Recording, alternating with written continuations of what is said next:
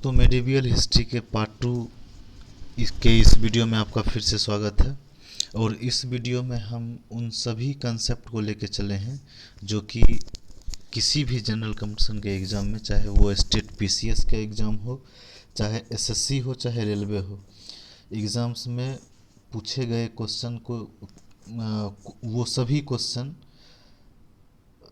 जो एक common concept से बार बार पूछे जाते हैं, उन सभी कंसेप्ट्स को हमने लिया है ताकि आप एग्ज़ाम से 2-3 दिन पहले भी इन सभी कंसेप्ट को क्लियर करके एग्ज़ाम में बेहतर से बेहतर मार्क्स ला सकें। तो आज का हमारा जो टॉपिक है वो है मुग़ल वंश। मुग़ल काल से हमारा टॉपिक शुरू होता है, तो इसके साथ हम अपना मुग़ल काल का टॉपिक शुरुआत करते हैं। मुग़ल वंश जो है, मुग़ल काल शुरुआत हुआ था 1526 से 1707 ईस्वी में। लोदी वंश के अंतिम शासक इब्राहिम लोदी भारत देश के अंदर भयावह स्थिति पैदा कर दिया था। वह मेवान के शासक राजा सांगर ने बाबर को बुलाया था अफ़गानिस्तान से, और बाबर भारत आकर इब्राहिम लोदी को पानीपत के प्रथम युद्ध में हरा दिया था और मुग़ल काल की स्थापना यही हुई थी। हाँ, तो हम पहले इसके बारे में थोड़ा डिटेल से बात करते हैं।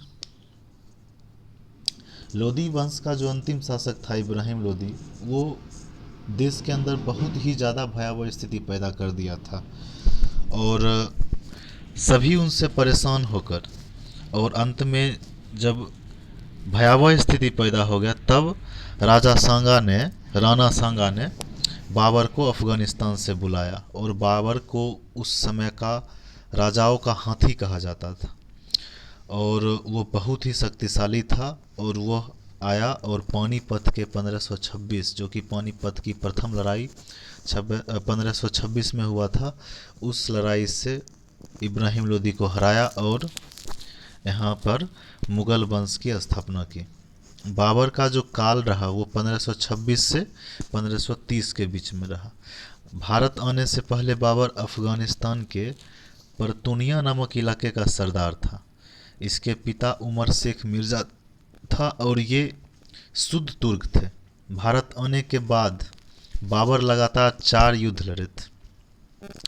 जैसा कि पहला युद्ध अभी तुरंत हमने आपको बताया है कि 1526 का युद्ध, पानीपत का युद्ध जो प्रथम था, पानीपत का प्रथम युद्ध बाबर और इब्राहिम लोदी के बीच में हुआ, जिसमें बाबर विजयी रहा। दूसरा जो युद्ध था वो था 1527 का खानवा युद्ध। बाबर और राणा सांगा, इस युद्ध में बाबर विजयी रहा था। जो राणा सांगा इब्राहिम लोदी को हराने के लिए बाबर को बुलाया था, बाद में 1527 में उसके साथ भी बाबर ने युद्ध किया और उसे पराजित किया। 1528 में चंदेरी का युद्ध हुआ बाबर और मेदिनी राय के बीच में, जिसमें बाबर फिर से विजयी रहा। 1529 में घाघरा का युद्ध हुआ बाबर और अफ़गानों, इसमें भी बाबर विजयी रहा था। अफ़गानों की बुरी तरह हार हुई थी।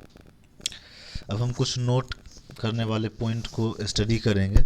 खानवा के युद्ध के बाद बाबर को गाजी की उपाधि दी गई। तो एग्जाम में ये भी पूछ सकता है कि बाबर को गाजी की उपाधि किस युद्ध के बाद दी गई थी, तो याद रखना है कि खानवा के युद्ध के बाद। और दानवीरता के कारण इसे कलंधर की उपाधि भी दी गई थी। ठीक है। बाबर के आत्मकथा का नाम बाबरनामा था। ये क्वेश्चन बहुतों बार पूछा गया है एसएससी और रेलवे में, तो इसको याद। अब हम कुछ ट्रिक से, जैसे इतना याद रखना युद्ध को संभव नहीं है, तो इसको हम कुछ ट्रिक से याद रखने की कोशिश करेंगे। तो बाबर के द्वारा जो भी युद्ध लड़ा गया था उसका कुछ ट्रिक इस प्रकार से है। बाबर ने पान खाकर चांदनी को घाघरा दिया। तो याद ट्रिक क्या है? बाबर के द्वारा लड़ा गया युद्ध का ट्रिक, बाबर ने पान खाकर चांदनी को घाघरा दिया। देखिए, अब इस ट्रिक को हम लोग एक्सप्लेन करने की कोशिश करेंगे। पान मतलब हो गया पानीपत का युद्ध जो 1526 में हुआ था। उसके बाद खाकर, खानवा का युद्ध जो 1527 में हुआ था। चंदेरी का युद्ध जो कि 1528 में हुआ था। घाघरा जो कि घाघर है, जो कि 1529 में हुआ था। अब देखिए, इसका जो ट्रिक है वो IRMA है। अब आई से हमारा क्या हो गया था? पानीपत का युद्ध जो था उसको लिया गया इब्राहिम लोदी। किसके किसके बीच में हुआ था? जैसे बाबर के द्वारा लड़ा गया युद्ध इब्राहिम लोदी। अब आर जैसे हमारा हो गया, आर से क्या करें, राणा सांगा हो गया। एम से चंदेरी का युद्ध में कौन आ जाएगा? मेदनी राय आ जाएगा। फिर ए से अफगानों आ जाएगा, जो घाघरा का युद्ध था। इस तरह से ट्रिक से हम लोग समझने की कोशिश करेंगे सभी युद्ध को। हुमायूं, अब बाबर के बाद जो आता है उसका शासनकाल वो है हुमायूं। 1530 से 1556 के बीच में चला था ये। बाबर का बेटा था हुमायूं। इसके शासनकाल में ही शेरशाह सूरी अफगानों ने हमला किया था और फिर से हुमायूं ने उसे हराकर मुगल शासक बना था। इसी के शासनकाल में शेरशाह सूरी ने जीटी रोड का निर्माण कराया था और यह जीटी रोड कलकत्ता से पेशावर मतलब पाकिस्तान जाता है। हुमायूं के जीवनी का नाम हुमायूंनामा था। इसकी रचना गुलबदन बेगम ने की थी। इस बार के एनटीपीसी के एग्ज़ाम में भी ये क्वेश्चन पूछा गया है, तो इसको अच्छी तरीक़ा से स्टडी करना है। 1556 ईस्वी में शेर मंडल नामक पुस्तकालय के सीढ़ियों से गिरने से इनकी मृत्यु हो गई थी, हुमायूं का। ठीक है, अब हम चलते हैं अकबर। हुमायूं का बेटा अकबर था, जिसका शासनकाल 1556 से 1605 ईस्वी तक चला था। अकबर का जन्म 1542 में अमरकोट पाकिस्तान में हुआ था। इसने कम उम्र में ही पानीपत के द्वितीय युद्ध, जो कि 1556 में हुआ था, में सिकंदर सूरी के सेनापति हेमू को युद्ध में पराजित किया था। अकबर का शासनकाल हिंदी साहित्य का स्वर्णकाल कहा जाता है। तो क्वेश्चन ये पूछा जा सकता है कि हिंदी साहित्य का स्वर्णकाल किसके शासनकाल को कहा जाता है? तो वो क्या हो जाएगा? अकबर का शासनकाल। अकबर ने 1582 में दीन इलाही धर्म की स्थापना की थी। तो क्वेश्चन ये भी बहुतों बार पूछा गया है एग्जाम्स में कि दीन इलाही धर्म की स्थापना किसने की थी? तो उस अकबर ने की थी। और अगर डेट पूछ दिया जाए तो वो 1582 होगा। और इसको अपनाने वाला पहला व्यक्ति अकबर खुद था और पहला हिंदू व्यक्ति बीरबल था। अकबर के दरबार में 9 रत्न रहते थे, जिन्हें नवरत्न कहा जाता था। वो इस प्रकार हैं: बीरबल, तानसेन, मुल्ला दो प्याजा, अब्दुल रहीम खान और मानसिंह सेनापति था, राजा टोडरमल, फैजी अब्दुल जफ़र इत्यादि। बीरबल के बचपन का नाम महेश दास था। ये अकबर का एक प्रसिद्ध सलाहकार था। अकबर के बचपन का युवा अवस्था का संरक्षक बैरम खां था। ये भी क्वेश्चन बहुत इंपॉर्टेंट है। लास्ट का दोनों टॉपिक बहुत ज़्यादा इंपॉर्टेंट टॉपिक है, इसको ठीक ढंग से स्टडी करना है। तानसेन एक प्रसिद्ध संगीतज्ञ था। मियाँ का मल्हार, मियाँ की टोडी, उसके बाद कंठाभरण और वाणी विलास की रचना की थी। इसका मकबरा ग्वालियर में स्थित है। अकबर ने गुजरात विजय पर बुलंद दरवाजे का निर्माण कराया था। तो याद रखना है कि बुलंद दरवाज़ा का निर्माण किसने करवाया था? तो वो अकबर था। किस युद्ध के बाद? तो गुजरात को विजय करने के बाद। सलीम जहांगीर, अब शासन आया सलीम का। 1611 में जालंधर के शासक को पराजित करने के बाद उत्तर पूर्वी भाग पर कब्जा कर लिया था। इन्हीं के शासनकाल में भारत में 3 यूरोपीय यात्री आए थे व्यापार के लिए, जिसमें कि प्रथम था William Hawkins, sir Thomas Roe and Finch. ये लोग 1619 में आए थे।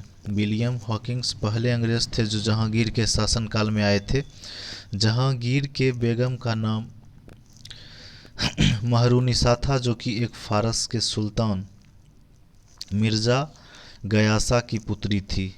इसे ही नूर जहां के नाम से जाना जाता है। जहांगीर का काल चित्रकारी का स्वर्ण काल कहा जाता है। इसके शासनकाल में चित्रकारी चरम सीमा पर थी। चलिए अब हम बात करते हैं जहांगीर के चित्रकार कौन थे? तो वो अबुल हसन थे। मुगल काल की भाषा फारसी थी। ये एकदम मोस्ट इम्पॉर्टेंट टॉपिक है ये, कि मुगल काल की जो भाषा थी वो कौन थी? तो वो फारसी था। शाहजहां खुर्रम, शाहजहां का जो उपनाम था वो खुर्रम भी उसको बोला जाता था। इसके द्वारा दिल्ली का लाल किला, दिल्ली का जामा मस्जिद, मयूर सिंहासन तथा आगरा के ताजमहल का निर्माण कराया गया था। ये सब शाहजहां के कारण ही था। मयूर सिंहासन का मुख्य कलाकार बादल खां था तथा आगरा के ताजमहल का मुख्य कलाकार अहमद लाहौरी था। शाहजहां के शासनकाल में मयूर सिंहासन में बैठने वाला पहला शासक शाहजहां खुद था। उसके बाद फारस का एक लुटेरा था नादिर शाह, जो कि उसे बाद में लूट कर चला गया था। और मयूर सिंहासन पर बैठने वाला अंतिम शासक महमूद शाह रंगीला था। शाहजहां की बेगम का नाम अर्जुमंद बानो मुमताज़ था। शाहजहां के 7 संतानें थीं, जिसमें इसके प्रिय संतान थे औरंगजेब और दारा शिकोह। गद्दी के लिए औरंगजेब और दारा शिकोह के बीच युद्ध हुआ, जो धर्मत के नाम से जाना जाता है। और इस युद्ध में औरंगजेब ने दारा शिकोह को हरा दिया था और अगला मुगल शासक बन गया। औरंगजेब का जो शासनकाल था वो 1557 से 1707 के बीच में रहा। इसने कई हिंदू मंदिरों को तोड़वाया था। गुजरात का सोमनाथ मंदिर जिसमें शामिल था, काशी का विश्वनाथ मंदिर, मथुरा का केशव राय। पूरे मुगल वंश में सबसे ज़्यादा टैक्स वसूलने वाला औरंगजेब ही था। इसके गुरु का नाम मोहम्मद हाकिम था और लोग इसे आलमगीर और जिंदा पीर कहकर पुकारते थे। इसी के शासनकाल में सबसे ज़्यादा हिंदू सैनिक था। मुगल काल का सबसे अंतिम शासक बहादुर शाह द्वितीय था। अब हम जितना कंसेप्ट पढ़े हैं उस पे कुछ क्वेश्चन की बात करेंगे, जो कि किसी न किसी एग्ज़ाम में आपको पूछे हुए मिलेंगे। हमने वही सब टॉपिक को लिया है जो कि जिस टॉपिक से एग्ज़ाम्स में बार बार क्वेश्चन पूछे जाते हैं, इसलिए सभी टॉपिक को अच्छे से स्टडी करके और जो भी क्वेश्चन हमने करवाया उससे एक नोट्स तैयार कर लीजिए। बहुत ही ज़्यादा फ़ायदा होने वाला है अपकमिंग एग्ज़ाम्स में। तो हम लोग अपने क्वेश्चंस में पहले क्वेश्चन से शुरुआत करते हैं। भारत में जीटी रोड किसने बनवाई थी? तो शेरशाह सूरी हो जाएगा। देखिए ये जेपीएससी 2010 में पूछा हुआ क्वेश्चन है। गुजरात विजय पर अकबर ने बनाया था? तो बुलंद दरवाज़ा, अभी तुरंत पढ़ाया हमने, एसएससी 2002 में पूछा हुआ क्वेश्चन है। पानीपत की दूसरी लड़ाई किसके बीच हुई थी? अकबर और हेमू के बीच हुई थी। संगीतज्ञ तानसेन किसके दरबार में रहते थे? तो अकबर के दरबार में रहते थे। मुगल काल की भाषा कौन सी थी? तो वो फारसी हो जाएगा। किस युद्ध के बाद भारत में मुगल की नींव रखी थी? तो पानीपत का प्रथम युद्ध। निम्न में से किसने अकबर की जीवन गाथा लिखी थी? तो अबुल फजल। निम्न में से कौन अंतिम मुगल सम्राट थे? बहादुर शाह द्वितीय। अकबर का युवावस्था में संरक्षक कौन था? तो वो बैरम खां हो जाएगा। जीटी रोड जोड़ती है कोलकाता और अमृतसर से। पानीपत की पहली लड़ाई में बाबर से कौन पराजित हुआ था? तो इब्राहिम लोदी हो जाएगा, जो लोदी वंश का अंतिम शासक था। किस मुगल शासक को आलमगीर कहा जाता था? औरंगजेब को। दिल्ली के लाल किले का निर्माण किसने करवाया था? शाहजहां। मयूर सिंहासन पर बैठने वाला अंतिम व्यक्ति कौन था? मोहम्मद शाह रंगीला। हमारा नेक्स्ट क्वेश्चन है, किस मुगल बादशाह को जिंदा पीर कहते हैं? औरंगजेब को। तानसेन का मकबरा स्थित है ग्वालियर में। दिल्ली का प्रसिद्ध जामा मस्जिद का निर्माण किसने कराया था? तो वो हो जाएगा शाहजहां। अब्दुल फजल लाहौरी के संदर्भ में कौन सा सही है? तो यह हो जाएगा शाहजहां के शासनकाल का एक इतिहासकार था। धर्मत का युद्ध किसके बीच में हुआ था? तो औरंगजेब और दारा शिकोह के बीच में। औरंगजेब कौन सा वाद्य यंत्र बजाते थे? तो बीना। बाबर में चंदेरी का युद्ध लड़ा था मेदिनी राय के साथ। तो हमारा जो अगला टॉपिक होगा वो होगा हमारा भारत में यूरोपियनों का आगमन, और ये हमारा मेडिवियल इंडिया का जो है मेडिवियल हिस्ट्री का लास्ट टॉपिक होगा। उसके बाद हम लोग मॉडर्न हिस्ट्री से शुरुआत करेंगे और मॉडर्न हिस्ट्री पढ़ा के फिर उसके बाद हम लोग प्राचीन भारत पे चलेंगे, एंशियंट हिस्ट्री पे। और इस तरह से इस वीडियो के माध्यम से वो सभी क्वेश्चंस आपको करवा दिए जाएंगे जो कि एग्ज़ाम्स में बार बार पूछे गए हैं, पूछे जाते हैं और आगे भी पूछे जाएंगे। तो इन सभी क्वेश्चन को अच्छी तरीक़ा से तैयारी कर लें। आई होप कि आप लोगों को ये वीडियो पसंद आया होगा। अगर मेरे इस वीडियो से थोड़ा सा भी आपको हेल्प मिला हो तो प्लीज़ इस वीडियो को शेयर करें, सब्सक्राइब ज़रूर कर लें। धन्यवाद।